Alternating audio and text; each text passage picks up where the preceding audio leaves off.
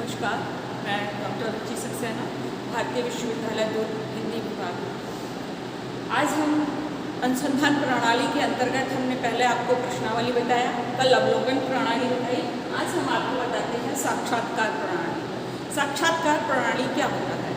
साक्षात्कार यानी कि जिसके नाम से ही है कि जो हमारे सामने होता है उसको साक्षात्कार कहते हैं। सामान्य दो या दो से अधिक व्यक्तियों के बीच विशेष उद्देश्यों के साथ की गई बातचीत साक्षात्कार होती है। मतलब जब दो लोग तो कम से कम होने आवश्यक होते हैं। दो से अधिक लोग भी साक्षात्कार ले सकते हैं और दो से अधिक लोग साक्षात्कार दे भी सकते हैं। यानी दो से कम लोग नहीं होने चाहिए। जो विशेष उद्देश्य से इसमें बातचीत की जाती है वो भी आमने सामने की जाती है। साक्षात्कार सामग्री संग्रहण हेतु प्रयुक्त की जाने वाली सामाजिक अनुसंधान की सर्वाधिक प्रचलित एक प्रत्यक्ष संपर्क प्रणाली है। सामने से जो हम लोग बातचीत करते हैं उसकी सर्वाधिक प्रचलित प्रणाली है। इस प्रणाली में अनुसंधानकर्ता के कुछ ऐसी सुविधाएं हैं जिसमें वह अध्ययन के लिए मनुष्य के साथ वार्तालाप कर सकता है, उसकी इच्छाओं और भावनाओं की जानकारी ले सकता है। इसमें पक्षपात आने का पूर्ण संभावना होती है, क्योंकि जब वो व्यक्ति हमारे परिचित होता है तो हम व्हाट नेचुरल है उसकी हम तारीफ करेंगे, तो इसमें पक्षपात होने का संभावना ज़्यादा रहती है। तो इसमें जॉन डी डार्ले के अनुसार साक्षात्कार एक उद्देश्य वार्तालाप है। गोडा फाट के अनुसार किसी उद्देश्य हेतु किया गया गहन वार्तालाप साक्षात्कार है। दोनों ने ही कहा है कि इसमें कुछ ना कुछ उद्देश्य जरूर होता है। बिना उद्देश्य के हम कोई भी वार्तालाप किसी से साक्षात्कार नहीं कर सकते हैं। ये यानी किसी उद्देश्य से किया हुआ हम अनुसंधान के लिए भी कर सकते हैं। किसी व्यक्ति ने विशिष्ट उपलब्धि हासिल की है तो उसके लिए भी साक्षात्कार, पर हमें उसके सामने जाना पड़ता है और कोई ना कोई उद्देश्य होता है और हमारे सम्मुख एक व्यक्ति का होना निश्चित है, यानी कि दो व्यक्ति होना निश्चित होता है, उसको हम साक्षात्कार कहते हैं। अब आता है हमारे साक्षात्कार की विशेषताएं। इसकी क्या विशेषताएं हैं? साक्षात्कार का मूल उद्देश्य समुदाय अथवा व्यक्ति के जीवन में सम्मिलित तथ्यों की जानकारी प्राप्त करना होता है। क्या होता है इसका उद्देश्य? पहला मतलब इसकी विशेषता क्या है कि समुदाय अथवा व्यक्ति के बीच में सम्मिलित जो तथ्य हैं कुछ उनकी जानकारी प्राप्त करना। इसके कुछ मेन पॉइंट है कि आमने सामने की परिस्थिति, यानी कि साक्षात्कार में आपको आमने सामने होना बहुत ही निश्चित है। कुछ लोग कहते हैं कि टेलीफोनिक भी साक्षात्कार हो जाता है, पर वो मान्य नहीं होता है जितना कि आमने सामने। हम आमने सामने जाकर उसकी भावनाओं को देख सकते हैं, उसके अंदर की जो भी परिस्थिति है उसका हम अवलोकन कर सकते हैं। और जब हम टेलीफोनिक लेते हैं तो उसमें थोड़ा सा असत्यता आ जाती है। सामने बैठकर व्यक्ति थोड़ा सा सत्य ही बोलता है, इसलिए ये आमने सामने की एक परिस्थिति होती है और हमें साक्षात्कार आमने सामने बैठकर ही करना चाहिए। साक्षात्कार में प्रश्न पूछे जाते हैं और प्रश्नों का उत्तर शाब्दिक होता है। जब हम किसी व्यक्ति का साक्षात्कार लेते हैं तो हमें उससे संबंधित, उस विषय से संबंधित जिसके लिए हम साक्षात्कार लेते हैं उसमें हम प्रश्न पूछते हैं और प्रश्न का उत्तर जो साक्षात्कार है यानी प्रत्यक्षी है वो शाब्दिक ही देगा, शब्दों में देगा। वो हूँ हाँ करेगा या मौन सिर हिलाएगा, वो चीज़ मान्य इसमें नहीं होती है। हम जब प्रश्न शाब्दिक पूछते हैं तो उस प्रत्यार्थी को भी शब्दों में ही अपना उत्तर देना होता है। नेक्स्ट पॉइंट आता है साक्षात्कारकर्ता द्वारा सूचना को रिकॉर्ड करना। साक्षात्कार जब हम जाते हैं किसी का लेने प्रत्याशी के पास तो उसका जो रिकॉर्डिंग है वो साक्षात्कार ही करेगा। जो साक्षात्कार कर ले रहा है वो ही उसकी रिकॉर्डिंग करेगा।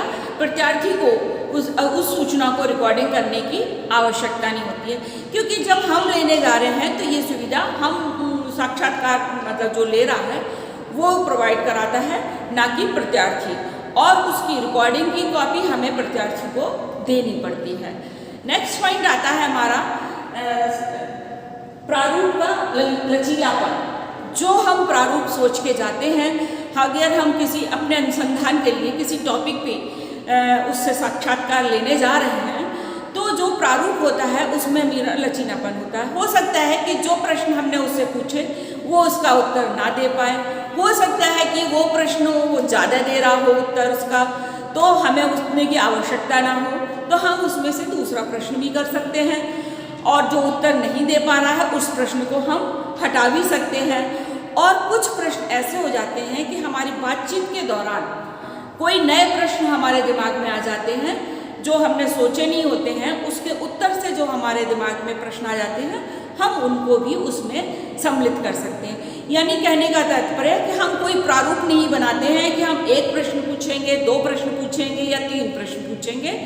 इसमें हम कितने भी प्रश्न पूछ सकते हैं, साक्षात्कार उसका प्रत्याशी को उसका उत्तर देना भी आवश्यक नहीं है, कोई प्रश्न वो टाल भी सकता है और किसी प्रश्न का उत्तर वो दे सकता है, जिसका उसको आता है वो देगा, और जो वो टालना चाहेगा उसको टालना नहीं पड़ेगा। हम उसको बाध्य नहीं कर सकते हैं कि वो उस प्रश्न का उत्तर दे। नेक्स्ट पॉइंट आता है हमारा, प्रत्याशी के बीच संबंध विशिष्ट हो जाते हैं और उसमें एक संरचित हो जाता है। साक्षात्कार जब हम लेने जाते हैं तो जो प्रत्याशी है उससे हमारे थोड़े से विशिष्ट संबंध हो जाते हैं और एक संरचना स्थापित हो जाती है, दोनों के बीच एक बॉन्डिंग हो जाती है, और उस बॉन्डिंग के तहत हमारे उत्तर आसानी से हमको प्राप्त हो जाते हैं। यानी कि हमको बहुत ही पोलाइटली उससे व्यवहार करना पड़ता है जिससे कि वो हमसे अपना जोड़ सके हमको अपने से, और जो प्रश्न हम उससे कर रहे हैं उसके उत्तर वो आसानी से दे सके। ये तो हुए हमारे कुछ विशेषताएं साक्षात्कार की। अब आता है नेक्स्ट टॉपिक, साक्षात्कार प्रविधि के उद्देश्य। इसके उद्देश्य क्या हैं?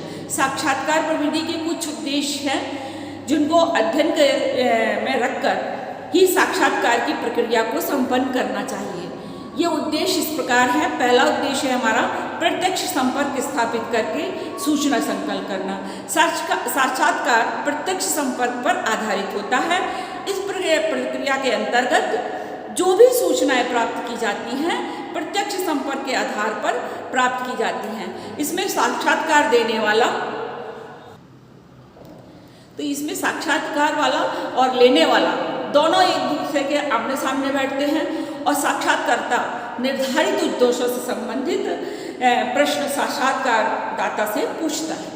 इस आधार पर उसे विषयों की योग्यता, कौशल, इच्छाओं, अभिवृत्तियों में आदि से संबंधित सूचनाएं प्राप्त करनी पड़ती हैं।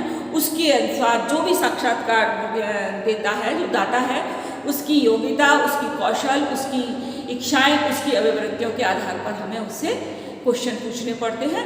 इस प्रकार प्रत्यक्ष संपर्क में आधार पर तथ्यागत सूचनाएं प्राप्त करने की दृष्टि से साक्षात्कार को विशेष महत्व होता है। नेक्स्ट पॉइंट है इसमें परिकल्पनाओं हेतु साक्ष्यों का स्रोत। अब इसमें परिकल्पनाओं के लिए अप्रत्यक्ष रूप में सामग्री का संकलन करना भी साक्षात्कार का एक विशेष उद्देश्य है। सामाजिक क्रियाओं एवं अंतः क्रियाओं के बारे में विभिन्नता व्यक्ति अपने व्यवहार की व्याख्या प्रस्तुत करता है। इसमें क्या होता है, अपने सामाजिक क्रियाओं पे और अपने आंतरिक क्रियाओं पर वो अपने विचार व्यवहार व्याख्या करता है, क्योंकि साक्षात्कार में तो व्यक्ति अपनी ही व्यक्ति व्यवहार का बात करेगा और अपने ही व्यक्तित्व की बात करेगा, तो इसमें वो ही प्रमुख रहता है। उसके आधार पर विभिन्न उपकल्पनाओं का निर्माण किया जाता है। साक्षात्कार का महत्वपूर्ण उद्देश्य उपकल्पनाओं की संरचना करना होता है, समस्या की वास्तविकता पर प्रकट करनी होती है। अतः हम कह सकते हैं कि साक्षात्कार की सहायता से वस्तुस्थिति का अवलोकन कर समस्या के संबंध में उपकल्पनाओं की रचना की जा सकती है। ये प्रमुख उसका उद्देश्य है। तीसरा है गुणात्मक तथ्यों को प्राप्त करना। सामाजिक तथ्य मूल रूप से गुणात्मक होते हैं। यह तथ्य विचार, विश्वास तथा भावना आदि के रूप में मनुष्य के अंतर्गत में बने रहते हैं। गुणात्मक गुण तो अंदर रहते हैं मनुष्य के, तो कौन भावनाएं वो उसके अंदर होती हैं, विचार उसके अंदर होते हैं। तो इन तथ्यों को व्यक्तिगत तथा सामूहिक दोनों प्रकार के हो सकते हैं। इन्हें अन्य साधनों से प्राप्त नहीं किया जा सकता है। इन्हें प्राप्त करने में साक्षात्कार ही महत्वपूर्ण उद्देश्य है। जो हमारे अंतर्गत भावनाएं हैं, जो हमारे विचार हैं, वो साक्षात्कार के माध्यम से ही सामने आते हैं। तो गुणात्मक तथ्यों को प्राप्त करने के लिए हमें साक्षात्कार लेना आवश्यक है। तीसरा पॉइंट है अतिरिक्त सूचनाएं। सूचनादाता की बहुत ही परिस्थितियों एवं सामाजिक परिवर्तनों का ज्ञान रहता है, इसलिए उनके साथ घनिष्ठ संपर्क एवं आमने सामने के संबंध स्थापित करके नवीन परिवर्तनों एवं धारणाओं के बारे में नवीनतम सूचना प्राप्त किया जा सकता है। जब हम उनसे घनिष्ठता बढ़ाते हैं तो वो जो साक्षात्कारदाता है वो हमसे खुल जाता है और हमें उसके अंदर की बातें हमारे सामने आ जाती हैं।